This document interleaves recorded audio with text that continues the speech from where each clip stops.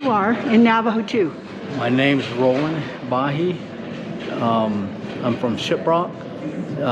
One day I was asked to make blue cornmeal, and I didn't know how, so I went through the YouTube, and that's when I came across Navajo Grandma, and I learned how to do the fry bread as well. So it's good that I ran into her here at Twin Arrows too, and I got a picture with her. So I'm happy camper. Thank you. Okay, let's turn around this way so I can see you better.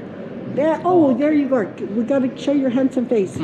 Okay, Roland, this is Roland, and I love Roland. Roland said, here, Jeffrey, can you hold that over there so that you can see? Can you see both of us? Yes.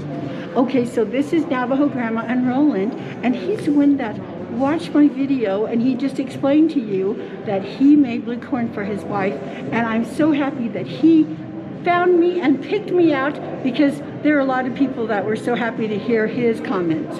But thank you. We love you, Roland. Thank you. Love you all. See, I have the best subscribers in all the world. You are so awesome. So Roland, see, if you don't mind me putting you on video, we'll go ahead and include you. So I love you. Thank you. Yeah. Oh. Okay, bye. Bye.